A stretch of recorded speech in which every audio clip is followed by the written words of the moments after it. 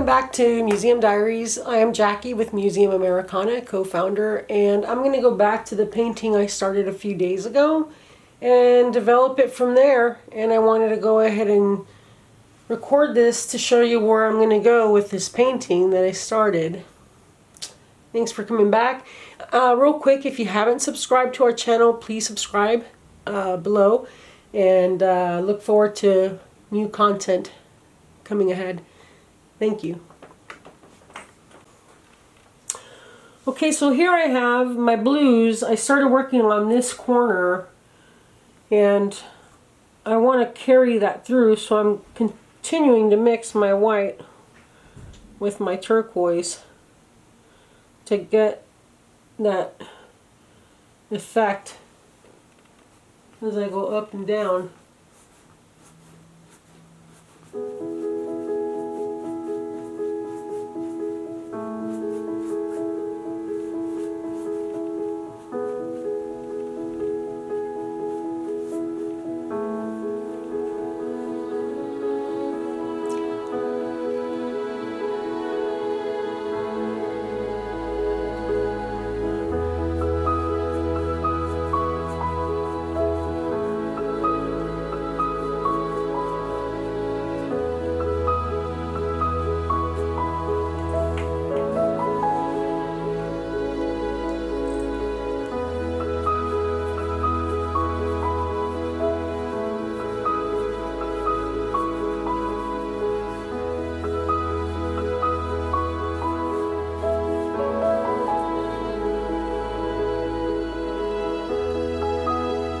Going up and down, just up and down, blending in blues on the tops.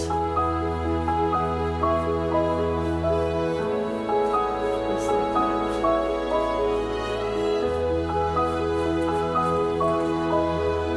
Okay, now that I have that, I want to even it out. So I'll go ahead and brush this up a little bit right here, like that. And what I want to do next is clean my brush. I need to dip it in water. Remember, as I said before, when you're painting, you're going to need clean water. So I just dip my brush once I'm done with that. I clean it up a bit, and then always remember to have a clean rag or a towel, because you don't want to dip your brushes soaked into your paints if you're using acrylic or watercolors. For oil paints, you would use turpentine to thin out your, or linseed oil to thin out your paint. So, okay. Now with what I'm going to do next, I'm going to experiment with the white, because I do have some prominent white features in here. And the illusion that I'm trying to do is, when you look at it, you can't tell if you're looking at the sky or if you're looking at water. So, and you have this volcanic activity happening down below. So whichever way the viewer wants to look at it, depending on their imagination, they can look at it. But I'm going to go ahead and accent some white. And for that, I'm going to use a smaller brush. Okay, so I'm going to dab this in water. Dry it off with my towel. And I don't want to get any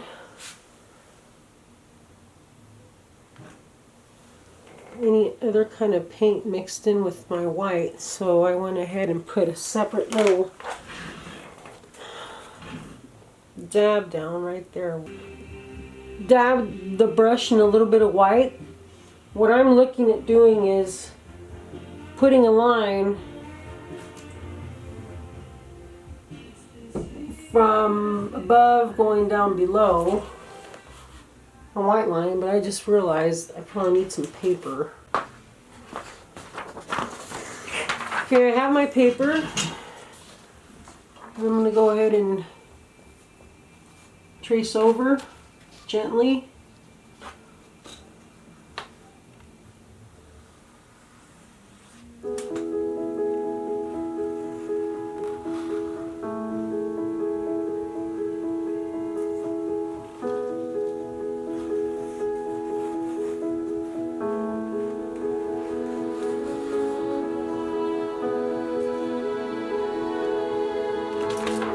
See that?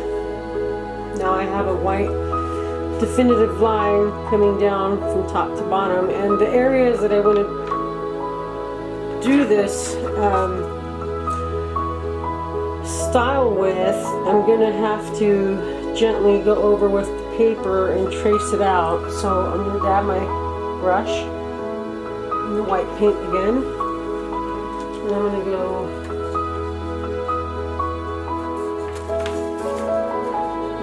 This end because I need to use the part of the paper that's wet. So I'm going to go this. Whoops! Wow! You see how I just did that? I'm going to have to clean it off.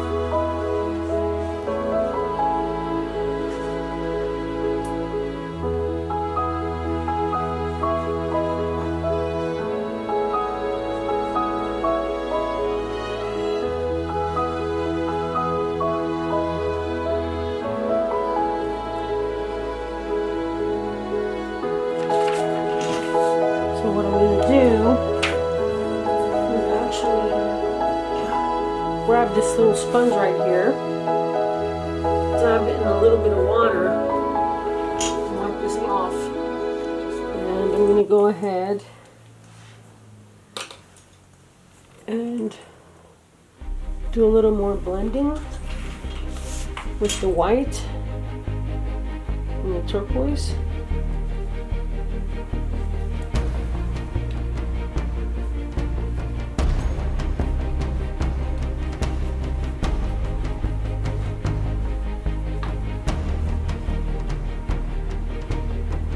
Mixing it too much.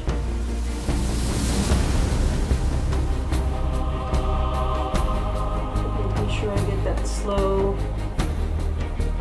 kind of fade. It fades in nicely into the blue. And I'm just dabbing it a little bit of white with a little bit of turquoise. Mixing it and going back in.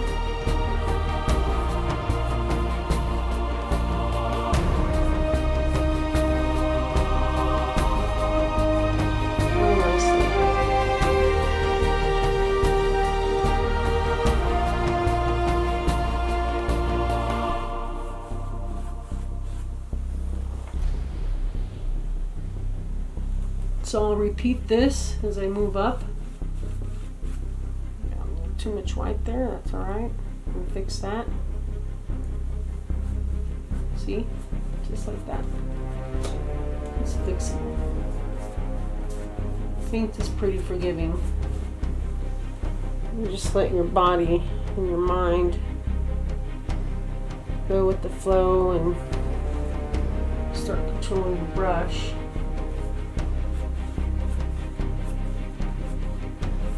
Gently. Just gently.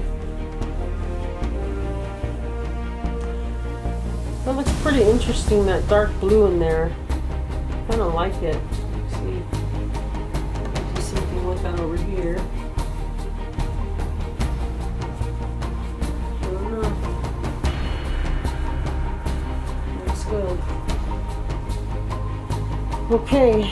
I think I'll just do a little bit more right here. This will be pretty much it for the top part for now.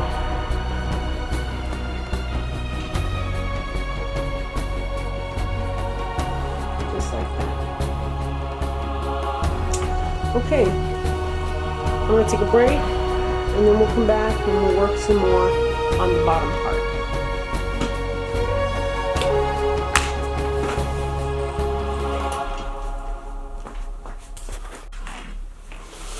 I have the camera on a tripod, so I can't get too close to the painting. What I'm going to do next is add some kind of, I would say like a light brown color with black, and that should give me what I'm looking for to go over those black areas. So let's see if this is going to work. I think it will. And I have to use a little bit of a thicker brush, so I think I'm going to go with this brush right here. And I'm going to see if I can get the effect that I want by blending these two, this brown with this black.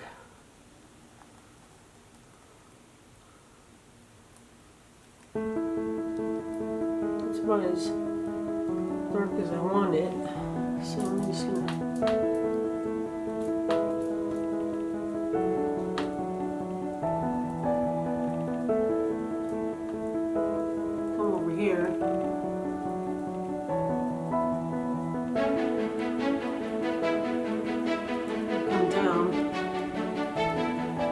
gaps between the white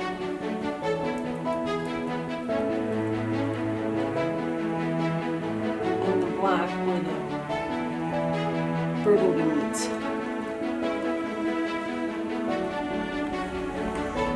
Like that. And that's what I wanted to do. And it looks pretty good. I'm trying to give it some more depth and pop it out a little bit more. So I'm going to go into the black now, just a little bit more black, like that, and fill in on the bottoms.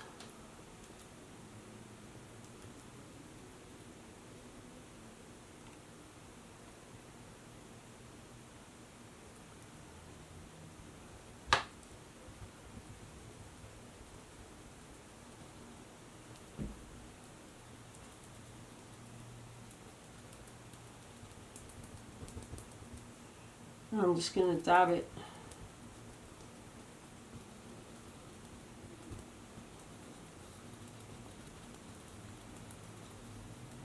It's like a pin. I'm kind of like pinpointing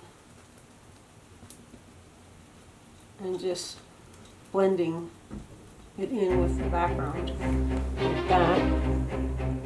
A little bit more with brush.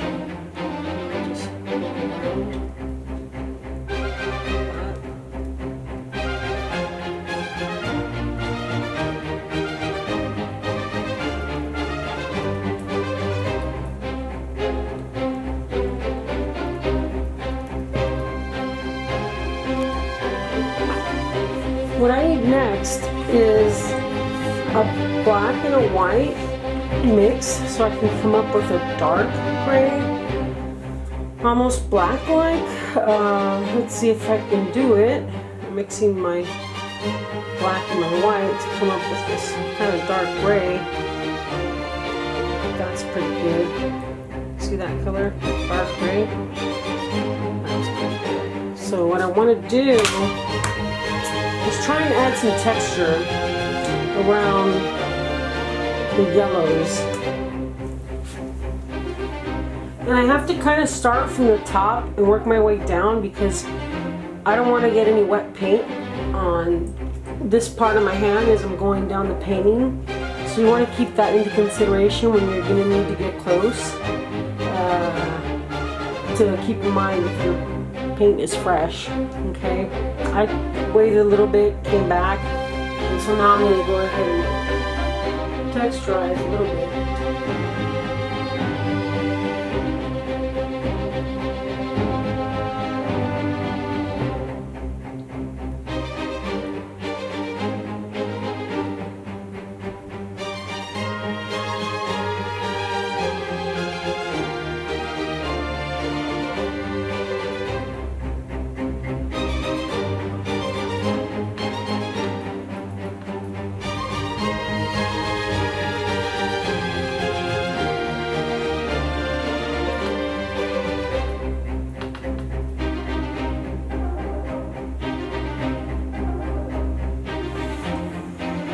Okay, so if you can see, I've dabbed in some of this dark gray in some of these areas.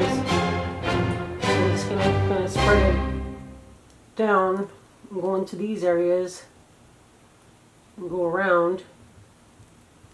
Same here, go around in these areas. Go over that black a little bit.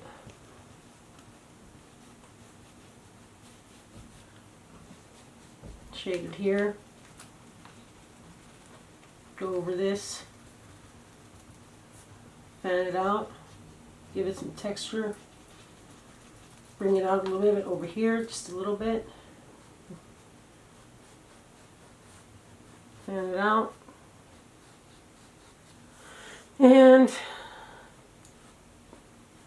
that's what I wanted to do with the black and the gray, just kind of popping it out a little bit more. And the more you add layers of color, the more this effect you get. I'll be using the Winsor Newton red, and it's acrylic,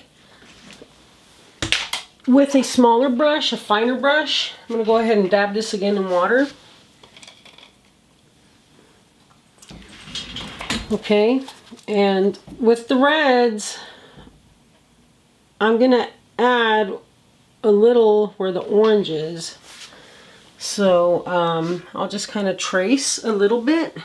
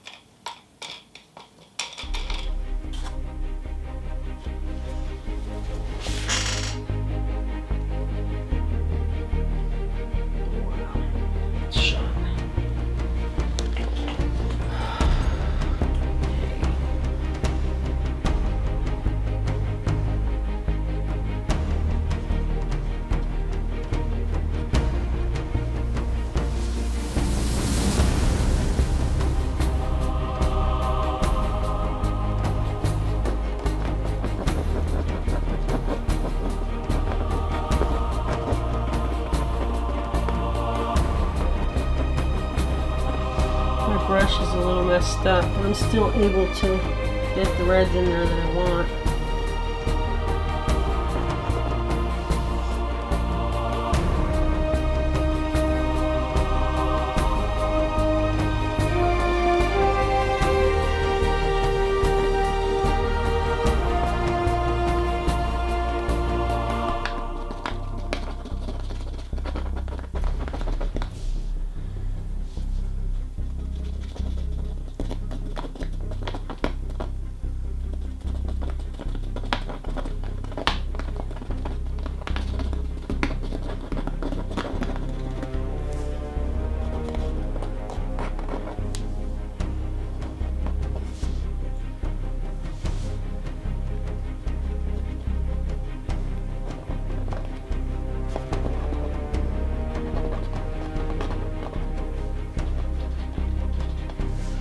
Okay, and that's about as much red as I'm going to go ahead and add in here. Let's put a little bit down below here.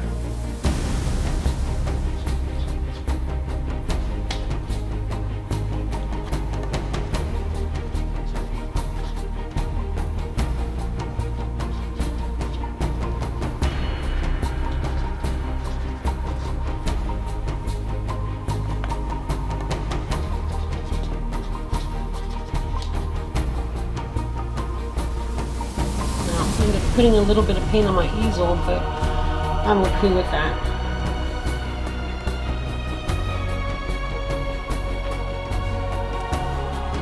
So this is it for now.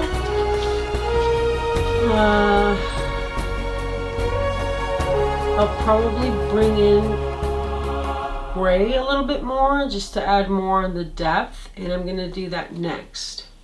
Okay, so at this point I'm standing back, I'm looking at the painting, and I'm not happy with the background on the lower bottom part. It's pretty obvious to me that it needs more depth, and one of the things I like to do when I want to include more depth is I usually go with blacks and grays. When I have brown and I want to accentuate something a little different, I'll go lighter on the gray as opposed to like a dark black gray. So what I'm going to do next is mix my black and white. And I have the brush that I used earlier. So I'll come back here and I'll mix the black with the white, but try and go for like a lighter gray like that right there. That would work. And just go around here and accentuate.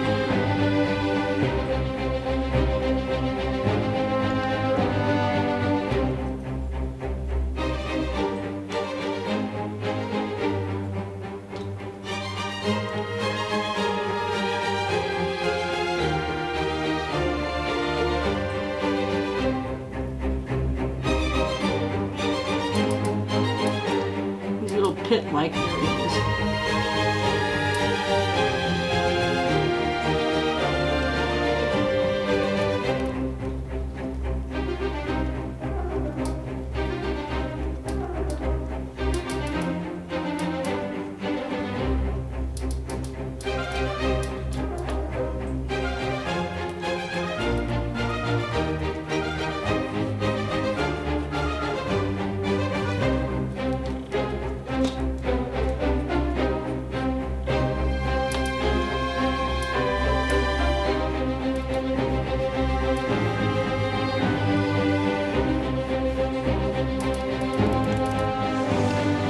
That, and the areas where there's a lot of prominent black, I just kind of fade it a little bit, just a little bit, and use that little bit of gray that's in the brush. I try not to go too much because I want to spread my reds. Okay, so I'm going to stop here. Thank you for tuning in to this next part of Museum Diaries to see what I was doing next with this painting. I'm gonna let it dry before I add more layers to it, but this is it for now. Don't forget to subscribe. I'll see you in the next Museum Diaries. Thanks for watching.